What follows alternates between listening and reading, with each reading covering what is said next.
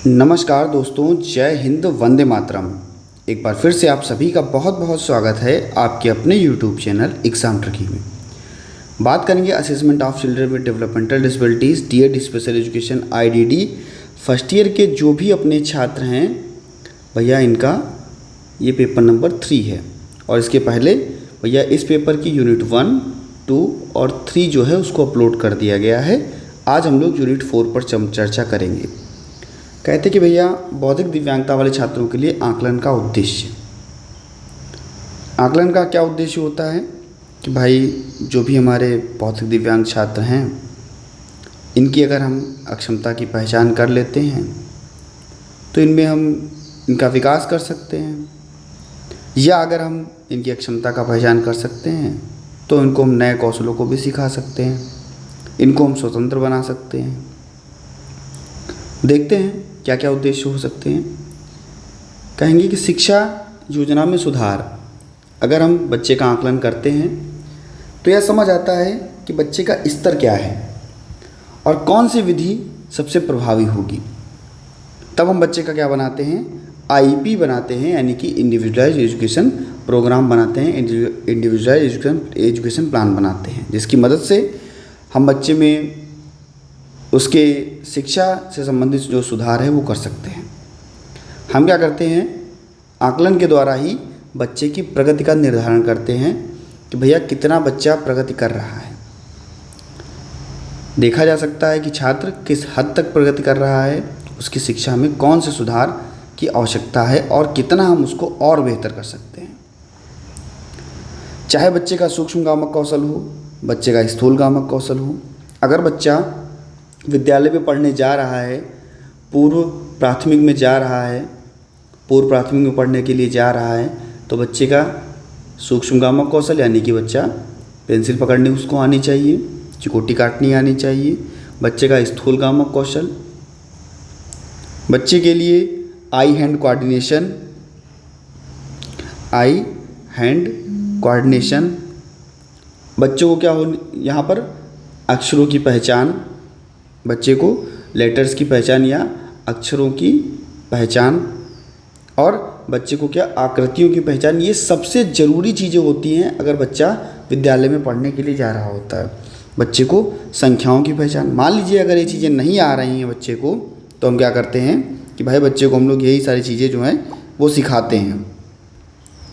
तो हम कह सकते हैं कि भैया कि बच्चों की हम प्रगति का निर्धारण करते हैं कि क्या क्या बच्चा सीख रहा है, क्या क्या हम सिखा रहे हैं, क्या क्या कैसे सीखेगा। और बच्चे को क्या बनाएंगे, हम सशक्तिकरण उसको देंगे। आकलन से छात्रों की ताकत और कमजोरियों का पता लगाया जाता है, जिससे कि क्षमताओं के अनुसार उसका सही जो प्रदर्शन है वो मिल सके। और हाँ, एक यहाँ पर बहुत इंपॉर्टेंट चीज़ थी, रंगों की पहचान भी हम बच्चे को कराते हैं।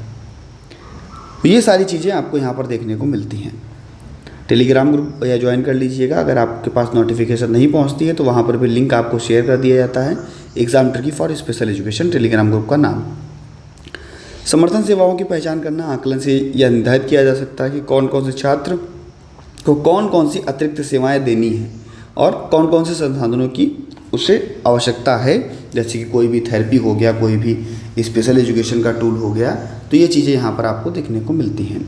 इसका महत्व क्या होगा, तो कहेंगे व्यक्तिगत शिक्षा जो होगी बच्चे को मिल पाएगी। बौद्धिक अक्षम अगर बच्चा है तो उसे हम जब आईपी का निर्माण करते हैं तो छात्रों के लिए एक सीखने का तरीका जो है वो बेहतर हो पाता है। आकलन में व्यक्ति आवश्यकताओं के अनुसार शिक्षा को अनुकूलित करता है।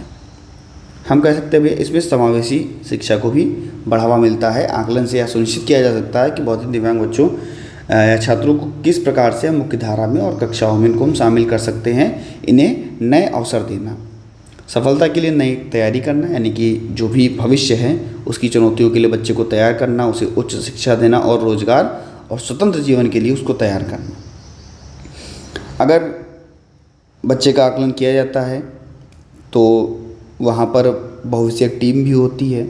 आईडी बच्चों की ज़रूरतों को देखते हुए उसका मॉडल भी बनाया जाएगा और जो उसकी ज़रूरतें हैं उसको अनुकूलित करके, एडेप्टेशन करके क्या किया जाएगा, आवश्यक और सहायता योग्य बच्चे को बनाया जाएगा। कह सकते हैं कि भैया समाज का योगदान भी बहुत ज़रूरी है। जब छात्रों की क्षमताओं को सही तरीके से पहचाना जाता है तो उसका विकास किया जाता है और सकारात्मक समाज का योगदान होता है। परिवार के लिए मार्गदर्शन यानी कि आकलन से परिवार को यह समझने में मदद मिलती है कि उनके बच्चे की क्या ज़रूरतें हैं। इन उद्देश्यों को महत्वों को ध्यान में रखते हुए बौद्धिक दिव्यांगता वाले छात्रों का आकलन किया जाता है। इसके बाद में भैया ये जो आपका 4.2 है, ये वेरी वेरी इंपॉर्टेंट आपका है। अब जितने भी आप असेसमेंट टूल्स पढ़ोगे, जितने भी आप आकलन के उपकरण पढ़ोगे, वे सभी क्या हैं, आपके लिए बहुत उपयोगी हैं। सबसे पहले हम लोग तैयार करते हैं, बात करते हैं उपनयन की। हम लोग उपनयन पढ़ेंगे, आरंभ पढ़ेंगे, पोर्टाज पढ़ेंगे, बेसिक एमआर पढ़ेंगे, एमडीपीएस पढ़ेंगे, एफएससीपी पढ़ेंगे, एफएसएपी पीएमआर पढ़ेंगे, जितने भी हम यहाँ पर पढ़ेंगे, ग्लैड पढ़ेंगे, सभी आपके पेपर के लिए बहुत इंपॉर्टेंट है। तो हम लोग उपनयन से शुरू करते हैं। कहते हैं भैया 0 से 6 वर्ष के जो बच्चे हैं इनका आकलन करने के लिए यानी कि असेसमेंट करने के लिए इसका उपयोग किया जाता है। ये जब इसका उपयोग किया जाएगा, इसमें क्या होता है कि कुल आपके 5 कौशल क्षेत्र होते हैं और उन 5 कौशल क्षेत्रों में क्या होता है 50-50 आइटम यानी कि 250 कुल आपको आइटम देखने को यहाँ पर मिलते हैं। कुल डोमेन जो हैं वो 250 आपको देखने को मिलते हैं। वो 5 कौशल क्षेत्र मोटर, स्वयं सहायता, भाषा, संज्ञानात्मक और सामाजिक जो कौशल होते हैं इन पर ध्यान केंद्रित किया जाता है। व्यक्तिगत विकास की समझ यहाँ पर विकसित की जाती है। कहते हैं भाई यह उपकरण बच्चों की बौद्धिक, सामाजिक और भाषाई शारीरिक क्षमता को जो है इसका आकलन करने में मदद करता है। और गतिविधियाँ जो हैं इसमें विभिन्न गतिविधियाँ, खेल शामिल किया जाता है और क्षमताओं और विकासात्मक स्तर को मापने के लिए किया जाता है। और भैया आईपी का निर्माण किया जाता है। इससे क्या किया जाता है, बच्चों की ज़रूरतें और इसको उपयोग करके हम लोग क्या कर सकते हैं, आईपी का निर्माण कर सकते हैं। इसमें क्या होता है, इसके जो गतिविधि कार्ड होते हैं, जो एक्टिविटीज़ कार्ड होते हैं, तो कह सकते हैं इसको हम लोग 5 भागों में बांटते हैं। जिसमें से अगर हम कहें कि भैया आसान पहचान के लिए 5 विकास क्षेत्र, भाषा, कार्ड, रंग, इन चीज़ों में बांटा जाता है। इसमें यह जो चेकलिस्ट होगी उसको हम लोग क्या करेंगे, आवश्यक कौशलों को यहाँ पर सूचीबद्ध करेंगे जिससे कि बच्चे की लिए प्रशिक्षित जो विभिन्न गतिविधियाँ हैं उनको बेहतर किया जा सके, बच्चों की सामग्री को जोड़ा जा सके। और क्या कह सकते हैं कि भैया जो ये आपका टूल है उपनयन टूल, तो इसमें और भी जो भी बच्चे को प्रशिक्षण देना है, इससे संबंधित जो भी कार्ड हैं, ये सारी चीज़ें जो हैं यहाँ पर देखने को मिलती हैं। इसके बाद में हम लोग बात कर लेते हैं पोर्टाज की। पोर्टाज गाइड, ये बिल्कुल याद कर लीजिएगा, इसकी फुल फॉर्म भी याद कर लीजिएगा पोर्टाज की। तो कहते हैं भैया जो पोर्टाज गाइड है तो इसको जो दिया गया था ये बच्चों की शीघ्र पहचान के लिए दिया गया था, बच्चों के आकलन करने के लिए दिया गया था। इसको भैया या हम कह सकते हैं SM ब्लूम या ऐसे भी SM ब्लूम या SM ब्लूमा, इन्होंने क्या किया था, इसको दिया था। और भी नाम आते हैं, M शेरर का नाम भी आता है, GM हिलगार्ड का नाम भी आता है। ये भारतीय परिवेश में इसका इन्होंने क्या किया था, अनुवाद किया था। या जो है या 6 वर्ष तक के बच्चों के लिए या आपके 6 वर्ष तक के बच्चों के लिए उपयोगी होता है, जो बच्चे को प्रशिक्षण दिलवाता है। इसकी विशेष सूची में अगर हम बात करें तो स्वयं सहायता कौशल, बच्चे का बौद्धिक कौशल, बच्चे का सामाजिक कौशल और बच्चे का भाषा का कौशल, ये यहाँ पर इनके लिए यहाँ पर कह सकते हैं कि उपयोगी होता है। यहाँ पर एक बहुत छोटा सा ही हम लोग बात कर लेते हैं आरंभ की बात कर लेते हैं। एक बहुत छोटा सा ही टूल है आपका ये, जो कहेंगे भैया 2002 में इसको जो 3 से 6 वर्ष के बच्चे हैं इनकी आयु के प्रशिक्षण के लिए इसका उपयोग किया जाता है। इसको बनाया कहाँ गया था, तो इसको NIMH में बनाया गया था, national institute for the mentally handicap में इसको बनाया गया था। तो ये आपका आरंभ के लिए इतना ही था, बाकी आप और भी पढ़ सकते हैं, इम्पॉर्टेंट है आप लोगों के लिए। यहाँ पर आपके बहुत इंपॉर्टेंट, चाहे हम MDPS की बात कर लें, चाहे हम अपने बेसिक एमआर की बात कर लें, यहाँ पर हम लोग ग्लैड की बात कर लें, या functional assessment checklist for programming FACP की बात कर लें, या FACP PMR की बात कर लें, तो ये सभी आपके लिए बहुत इंपॉर्टेंट है। बहुत का मतलब बहुत इंपॉर्टेंट है। इनको बिल्कुल याद कर लीजिएगा, फुल फॉर्म तो बिल्कुल रट के जाइएगा। पहली फुल फॉर्म आपकी मद्रास डेवलपमेंटल प्रोग्रामिंग सिस्टम, यानी कि हम जानते हैं सबसे पहले किसके बारे में, हम जानते हैं सबसे पहले MDPS के बारे में। MDPS के बारे में अगर जानते हैं तो कहते हैं मद्रास डेवलपमेंटल प्रोग्रामिंग सिस्टम। इसको भैया प्रोफेसर जयचंद्रन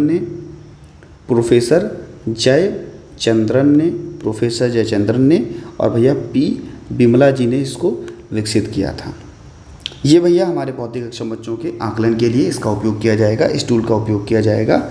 और ये जो आपका MDPS है, ये आपका एक CRT यानी कि क्राइटेरियन रिफरेंस टेस्ट है। इस MDPS में आपको क्या देखने को मिलता है, कुल आपको 18 कौशल क्षेत्र देखने को मिलते हैं। कितने भैया? कुल आपको 18 कौशल क्षेत्र देखने को मिलते हैं, जो आपका स्थूल गामक, सूक्ष्म गामक, भोजन, कपड़ा, श्रृंगार, शौच क्रिया और भाषा, अभिव्यक्त्यात्मक कौशल और आपका सामाजिक अंतःक्रिया, पठन लेखन, समय मुद्रा, घरेलू क्रियाकलाप, आपके सामाजिक अंतःक्रिया और व्यावसायिक कार्य, फुर्सत के कार्य, मनोरंजनात्मक कार्य, ये सारे जो होते हैं 18 कौशल क्षेत्र में इसको बांटा गया है। प्रत्येक कौशल क्षेत्र में आपको 20-20 आइटम देखने को मिलते हैं, 20-20 आइटम देखने को मिलते हैं, यानी कि 18 दूनी 36। 18 अगर कौशल क्षेत्र की बात करें तो 360 आइटम आपको देखने को मिलेंगे आपके इस कौशल क्षेत्र में।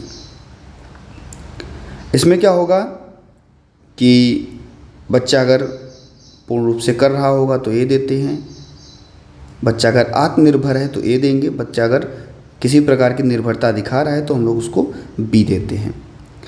ये आपका MDPS के बारे में था, जो कि मैंने आपको यहाँ पर बता दिया। अब हम लोग बात कर लेते हैं दूसरा जो है आपका, इसको थोड़ा रब कर देते हैं। दूसरा जो है आपका वो है आपका basic MR, behavioural assessment scale for Indian children, जिसको हम लोग बेसिक MR के नाम से जानते हैं। तो इसको यहाँ पर लिख लेते हैं। तो कहते हैं भैया बेसिक MR जो था ये आपका कहाँ पर, NIMH में विकसित किया गया, national institute for mentally handicap, NIMH में विकसित किया गया, जो कि आपका सिकंदराबाद। कहेंगे भैया इसको मैडम रीता पेशावरिया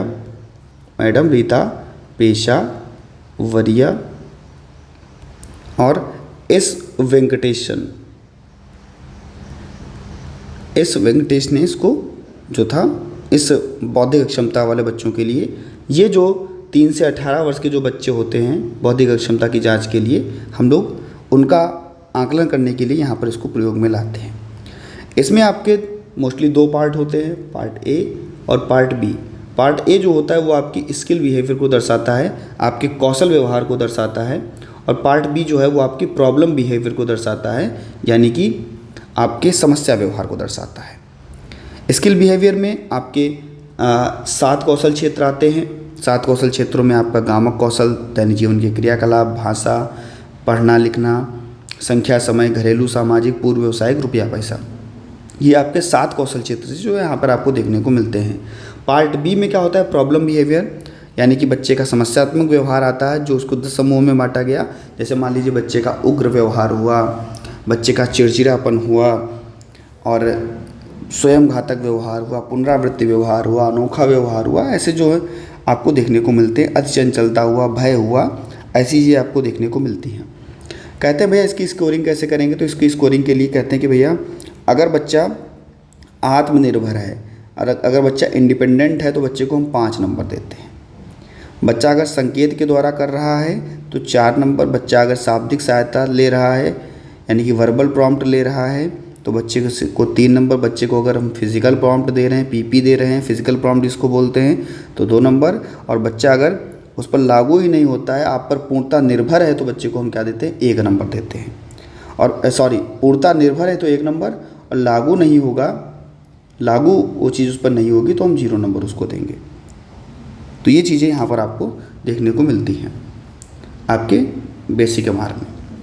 इसके बाद में हम लोग बात कर लेते हैं ग्लैड की, तो थोड़ा इसको रब कर देते हैं। अगर हम लोग बात करें ग्लैड की, तो grade level assessment device for the children with learning problems, यानी कि जो लर्निंग प्रॉब्लम के चिल्ड्रन होते हैं उनके लिए किसका प्रयोग किया जाता है, ग्लेड का प्रयोग किया जाता है। जिनको याद करने में, पढ़ने में समस्या होती है, उनको हम किसका प्रयोग करते हैं, ग्लेड का उपयोग करते हैं, ग्रेड लेवल असेसमेंट डिवाइस का उपयोग करते हैं। तो बात करते हैं ग्लेड की। कहेंगे कि भैया इसको भी डॉक्टर जयंती नारायण ने कहा भैया एनआईएमएच में विकसित किया। ये उपकरण जो है कक्षा 1 से 4, कक्षा अगर क्लास की बात करें, कक्षा 1 से 4 के जो अधिगम से समस्या जिनको होगी, जिन बच्चों को, उनके लिए प्रयोग किया जाता है। इसमें हिंदी, गणित, अंग्रेजी विषय शामिल किए जाते हैं और इसमें भी आपके 2 भाग ही देखने को मिलते हैं, भाग ए और भाग बी। भाग ए में क्या होगा, कक्षा 1 से 4 तक हम लोग जो भी विषय होंगे उनको शामिल करेंगे और सरल से कठिन की ओर बनाएंगे और बच्चे को हम क्या करेंगे, अंक प्रदान करेंगे। भाग बी में क्या होगा, ग्रेड लेवल असेसमेंट शेड्यूल इसमें बनाएंगे, जिसको हम 3 भागों में बांटेंगे। जहाँ पर सबसे पहले बच्चे की पृष्ठभूमि के अंतर्गत उसका लिंग, उसका नाम, पता, परिवार, सामाजिक आर्थिक स्थिति, अभिभावक की शिक्षा और बच्चे की शिक्षा, उसकी पुनरावृत्ति, व्यवहार, परीक्षाएं, ये सारी चीज़ें सम्मिलित की जाती हैं। और भाग बी में हम लोग जो दूसरा इसका खंड जो होगा उसमें क्या करते हैं, इसमें जो भी बच्चे में दिव्यांगता है, शारीरिक दिव्यांगता, दृष्टि दिव्यांगता, जो लगी हुई दिव्यांगता है, लिखने में जिसको बच्चे को जहाँ पर दिक्कत आ रही है, तो वो चीज़ें भी हम लोग लाते हैं। खंड सी में क्या करते हैं, जो बच्चे में गणितीय कौशल है, मौखिक पठन है, लेखन है, अवांछनीय व्यवहार है, इसको क्या है, दर्शाया जाता है। इसके बाद में हम लोग बात करते हैं functional assessment checklist for programming, यानी कि किसकी बात करेंगे, FACP की। यहाँ पर बात कर लेते हैं FACP। तो थोड़ा हम यहाँ पर चार्ट बना लेते हैं। FACP जो आपका है, इसके बारे में चार्ट बनाते हैं। तो कहते हैं कि जो 3 से 18 वर्ष के जो बच्चे हैं, इसके लिए इसका उपयोग किया जाएगा, जो कि बौद्धिक बच्चों की कार्य योजना बनाने के लिए इसका उपयोग किया जाएगा। FACP क्या है, एक आपका सूची आधारित है, ये जो बच्चे के आकलन और कार्यक्रम में सहायता करता है, बच्चे को आत्मनिर्भर बनाता है। इसमें हम क्या कहेंगे कि जो बच्चा मान लीजिए पूर्व प्राथमिक में है, प्री प्राइमरी में है, तो बच्चे की एज क्या होगी, 3 से 6 वर्ष होगी। अगर बच्चा यहाँ पर 3 से 6 वर्ष में है तो प्री प्राइमरी में होगा। 80% बच्चा अचीव कर ले रहा है तो उसको हम लाएंगे प्राइमरी में, यहाँ पर उसकी एज होगी 7 से 10 वर्ष की, 7 से 10 वर्ष की। अगर बच्चा नहीं 80% अचीव कर पा रहा है, 80% जो है अचीव नहीं कर पा रहा है, तो उसको हम लोग लाते हैं यहाँ पर 9 से 14 वर्ष की एज में। 9 से 14 वर्ष की जो एज है वो प्राइमरी सेकंड की रहती है। इसके बाद में प्राइमरी से यहाँ पर अगर बच्चा अचीव कर रहा है 80% दक्षता के साथ में पढ़ाया लिखा जा रहा है, तो भैया उसको हम लाते हैं यहाँ पर सेकेंडरी में बच्चे की आयु रहती है 11 से 14 वर्ष की एज रहेगी। और अगर यहाँ पर फिर से बच्चा 80% अचीव कर रहा है तो उसको हम लोग 14 से 18 वर्ष में लाते हैं, जिसको हम लोग बोलते हैं प्री वोकेशनल, पूर्व व्यवसायिक। और बच्चा फिर से अगर यहाँ पर मान लीजिए 80% अचीव कर रहा है तो बच्चे को हम लोग व्यवसाय में, वोकेशनल में लाते हैं। उसके बाद में बच्चे से खुला रोजगार करवाते हैं। हाँ, ध्यान देने योग्य बात यह है, 9 से 14 वर्ष में जब बच्चा था, अगर उसने अचीव कर लिया 80% दक्षता के साथ में, तो उसको हम लोग कहाँ ले आते हैं, पूर्व व्यवसायिक में ले आते हैं, प्री वोकेशनल में ले आते हैं। अगर नहीं अचीव कर पाता है तो भी हम क्या करते हैं, पूर्व व्यवसायिक जो सेकंड है उसमें लेकर के आते हैं, प्री वोकेशनल सेकंड में 15 से 18 वर्ष की एज में। तो ये आपको देखने को मिलता है यहाँ पर, जहाँ पर बच्चे का सामाजिक कौशल, बच्चे का व्यक्तिगत कौशल, बच्चे का मनोरंजनात्मक कौशल जो है, और बच्चे को हम सहायता देने पर PP, VP, GP यानी कि physical prompt, verbal prompt, gesture prompt, इनका हम लोग प्रयोग करते हैं। तो ये आपका FACP था। अब हम लोग बात करते हैं नेक्स्ट आपका जो बचा हुआ है, इसको थोड़ा हम साफ़ कर देते हैं। साफ़ हो गया भैया। अब बात करते हैं FACP PMR की। FACP PMR तो हम क्या कहेंगे, functional assessment checklist for programming. ये तो आपका उतना ही रहेगा, विद प्रोफाउंड। PMR को क्या लिखोगे, profound mental retardation, profound mental retardation. तो कहेंगे कि ये भी आपका NIMH में ही विकसित किया गया, जो हमारे अति गंभीर बौद्धिक बच्चे हैं, यानी कि प्रोफाउंड मेंटल रिटार्डेशन वाले जो बच्चे हैं, अति गंभीर जो बौद्धिक बच्चे हैं, इनके आकलन की जांच के लिए भैया इसका उपयोग किया जाएगा। इसमें 4 खंड यहाँ पर दिए जाएंगे। खंड आ, जहाँ पर बच्चा के स्वयंसेवी कौशल, पेय पदार्थ, शौच क्रिया, स्नान, गामक कौशल, संप्रेषण, ये सारी चीज़ें आती हैं। इसका अवलोकन करना, उसका मापन करना, ये सारी चीज़ें। खंड बा की अगर हम बात कर लें, खंड बी की बात कर लें, तो बच्चे का समस्यात्मक व्यवहार जो है उसकी सूची बनाएंगे और इसमें कुल कितने 47 समस्यात्मक व्यवहार होंगे। अगर हम खंड गा की बात कर लें या सी की बात कर लें तो कहेंगे कुल इसमें 24 समस्याओं के बारे में चर्चा की जाएगी, जो बच्चे के स्वास्थ्य संबंधी, शारीरिक समस्याओं से संबंधित और उसकी शब्दावली से संबंधित होगी। इसमें हम बच्चे के 4th में बात करें तो कहेंगे भैया इसकी हम त्रिमासिक 3 महीने में क्या निकालेंगे, प्रगति निकालेंगे कि बच्चे ने कितनी प्रगति की, और उसको हम नियमित मूल्यांकन करेंगे प्रारंभिक आकलन के द्वारा। तो ये सारी चीज़ें आपको FSCP PMR में देखने को मिलती हैं। इसके बाद में यूनिट 4.4 की अगर हम बात कर लेते हैं, भैया अगर समझ में आ गया हो और चैनल पर आप पहली बार हो तो चैनल को सब्सक्राइब करने के बाद में बेल आइकन में ऑल का ऑप्शन ज़रूर प्रेस कर लीजिएगा और सभी मित्रों तक एक बार वीडियो को शेयर कर दीजिएगा। बात करते हैं भैया, अरे कहाँ गया, अच्छा आ गया, बहुत सही बेटा आ गए। तो हम लोग बात करते हैं जो भी अधिकतम कौशल उसके आकलन के लिए सामग्री को तैयार करना, इसके चरण क्या क्या होंगे। कहेंगे कि भाई शिक्षकों को क्या चाहिए यहाँ पर कि कैसे सामग्री को तैयार किया जाए। हाँ, शिक्षकों तो यही चाहिए भाई, शिक्षक क्या करेगा, जो भी सामग्री तैयार करेगा उसमें उद्देश्यपूर्ण सामग्री होनी चाहिए, बच्चे को लक्ष्य मिल सके, उसका फीडबैक मिल सके, बच्चे का आकलन हो सके, सक्रिय रूप से बच्चा भाग ले सके, यही सारी चीज़ें की जाती हैं। तो कहेंगे भैया ऐसा क्या करेंगे, उद्देश्यों की पहचान करेंगे। सबसे पहले निर्धारित किया जाएगा कौन कौन से कौशल का आकलन करना है, जैसे कि संचार कौशल, विश्लेषण कौशल और तकनीक कौशल। आकलन के प्रकारों के अंतर्गत हम लिखित आकलन बच्चे का कर सकते हैं, लिखित परीक्षाओं के माध्यम से विश्लेषण कर सकते हैं, प्रायोगिक आकलन कर सकते हैं यानी कि प्रैक्टिकल असेसमेंट कर सकते हैं बच्चे का, जो भी तकनीक है इसके माध्यम से हम बच्चे का प्रोजेक्ट वर्क निकाल सकते हैं। बच्चे को हम दीर्घकालीन प्रोजेक्ट के माध्यम से प्रबंधन योजना और इसका निष्पादन कर सकते हैं। बच्चे का मौखिक परीक्षा कर सकते हैं, साक्षात्कार के माध्यम से बच्चे की तर्क परीक्षा हम लोग कर सकते हैं और समूह चर्चा कर सकते हैं, ग्रुप डिस्कशन कर सकते हैं, जिसके माध्यम से बच्चा टीम वर्क और नेतृत्व का मूल्यांकन करेगा। तो ये चीज़ें अपने को देखने को मिलती हैं यहाँ पर। आकलन सामग्री का विकास क्या होगा, तो कहेंगे भैया आकलन सामग्री का विकास प्रश्न तैयार करना, बहुविकल्पी प्रश्न तैयार करना, वर्णात्मक प्रश्न तैयार करना, बच्चे की केस हिस्ट्री आधारित प्रश्नों को तैयार करना, ये होता है। अभ्यास प्रश्न पत्र के अंतर्गत बच्चों के अभ्यास और नमूने का हम लोग ज्ञान कराएंगे। और भैया क्या करेंगे, हम लोग असेसमेंट टूल का प्रयोग करेंगे, जहाँ पर चेकलिस्ट में फीडबैक और स्कोरिंग जो है वो दी जाती है। जितने भी आप लोग असेसमेंट टूल अभी पढ़ के आ रहे हो बौद्धिक दिव्यांग बच्चों के लिए या लर्निंग डिसेबिलिटी बच्चों के लिए, इनका सभी का हम लोग उपयोग करेंगे। तो क्या होगा भैया, इसमें आकलन की प्रक्रिया जो भी आपका क्रिएट अ शेड्यूल बनाया जाएगा, बच्चे की तारीख समय ये निर्धारित किया जाएगा, निर्देशों का पालन किया जाएगा, परिणामों का विश्लेषण किया जाएगा और लास्ट में क्या किया जाएगा, इसका फीडबैक दिया जाएगा। फीडबैक देने के बाद में जो बच्चे में सुधार होगा उसका हम लोग क्या करेंगे, उसमें बच्चे की मदद करेंगे। तो इस प्रकार से हम लोग यहाँ पर उपयोग में ला सकते हैं। Documentation of assessment result, interpretation of और आपका रिपोर्ट राइटिंग। तो जब भी हम कहते हैं दस्तावेजीकरण की बात करते हैं, दस्तावेजीकरण की जब हम लोग बात करते हैं, दस्तावेजीकरण की बात करते हैं, तो इसका सीधा मतलब होता है, कहेंगे कि भैया छात्रों का रिकॉर्ड रखना, छात्रों के जो अनुभव हैं उनको क्या रखना, उनका रिकॉर्ड रखना।